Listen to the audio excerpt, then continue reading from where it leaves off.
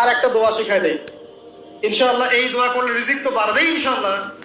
আপনার যত ঋণ আছে ইনশাআল্লাহ আল্লাহ পাক শোধ করে দিবেন। আলী রাদিয়াল্লাহু আনহু বলেছেন, কোন ব্যক্তির যদি পাহাড়ের সমানও ঋণ থাকে, এই দোয়া যদি আমল করে আল্লাহ পাক ওই ঋণও শোধ করে দিবেন ইনশাআল্লাহ। ঋণ কেমন জানেন? ওই যে এখন মানুষ ঋণ নিচ্ছে 1 কোটি টাকা ব্যাংক থেকে, 2 কোটি টাকা ব্যাংক থেকে, হ্যাঁ, কত বছর, 10 বছরের জন্য, 20 বছরের জন্য বাড়ি করছে, তাই না? তার ধারণা এমন যে সে মারা গেলে তার ঋণটা কেউ না কেউ শোধ করে দিবেই দিবে, তাই তো?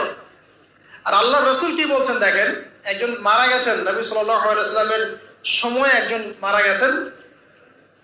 তো নবী করিম সাল্লাল্লাহু আলাইহি ওয়াসাল্লাম বলছেন, এই ব্যক্তির কি কোনো ঋণ আছে? একজন সাহাবী বলেন, হ্যাঁ ইয়া রাসূলুল্লাহ, তো ঋণ আছে। নবীজি বললেন, তোমরা ওর জানাজা পড়ো, আমাকে ডেকো না। তোমরা ওর জানাজা পড়ে নাও, আমি জানাজা পড়তে চাচ্ছি না।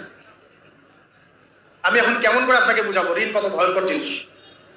আপনি যে ব্যাংক থেকে 3-4 কোটি টাকার লোন নিয়ে রাখছেন, লাখ লাখ টাকা লোন নিয়ে বসে আছেন, দিব্যি সুখে বসে আছেন, এমন চিন্তায় যে আপনার মৌত হবে না।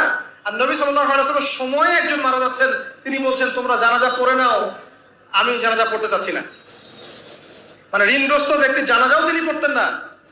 তারপরে একজন এসে বললেন, ইয়া রাসূলুল্লাহ, আমি তার ঋণ শোধ করে দিব, তার যা ঋণ আছে আমি শোধ করে দিব। তখন নবী এসে জানাজা পড়লেন সাল্লাল্লাহু আলাইহি ওয়াসাল্লাম। তো আপনার এই কোটি কোটি টাকা ঋণ শোধ করার লোক তো রেডি আছে নাকি? আছে না? সমস্যা নেই, আপনার জানাজা পড়া হবে। কারণ হুজুরকে আপনি 5,000 টাকা দিবেন, হুজুর জানাজা পড়াই দিবে, কোনো সমস্যা নেই। তারপরে আপনার মিলাদও হবে, আপনার একটা বড়সড় দোয়াও হবে ইনশাআল্লাহ। কিন্তু আল্লাহ পাক বলেছেন, শহীদ, আল্লাহর পথে যুদ্ধ করে শহীদ হয়েছে, এই ব্যক্তির আত্মাও ঝুলে থাকে যতক্ষণ পর্যন্ত না তার ঋণটা শোধ করা হয়। এবার বলেন আমি কি বুঝাবো? আর কিছু বলতে হবে? তো এখন সেই দোয়া শিখাচ্ছি আপনাদেরকে, যে দোয়া শিখলে আপনারা ঋণ থেকে বাঁচবেন ইনশাআল্লাহ। কত দিবেন বলেন?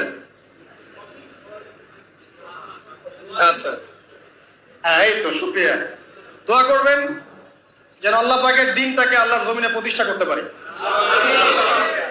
আমার সাথে বলেন, দোয়াটা হচ্ছে, আল্লাহুম্মা ইকফিনি বিহালালিকা আন হারামিকা ওয়া আগনিনি বিফাদলিকা আম্মান সিওয়াকা। এই দোয়াটা ছোট না, এটা মুখস্থ করবেন, সিজদায় পড়বেন, নামাজের সিজদায় পড়বেন, আত্তাহিয়াতু দরুদ শেষ তারপরে পড়বেন, নামাজ শেষে হাত তুলে করবেন, যখন তখন শেষ রাতটা করবেন, ইনশাআল্লাহ দেখবেন আপনার ঋণ বলতে কিছু থাকবে না ইনশাআল্লাহ। যদি থাকেও, বড় কোনো ঋণ থাকেও, আল্লাহ পাক অন্য কোনো মাধ্যমে এটা শোধ করার ব্যবস্থা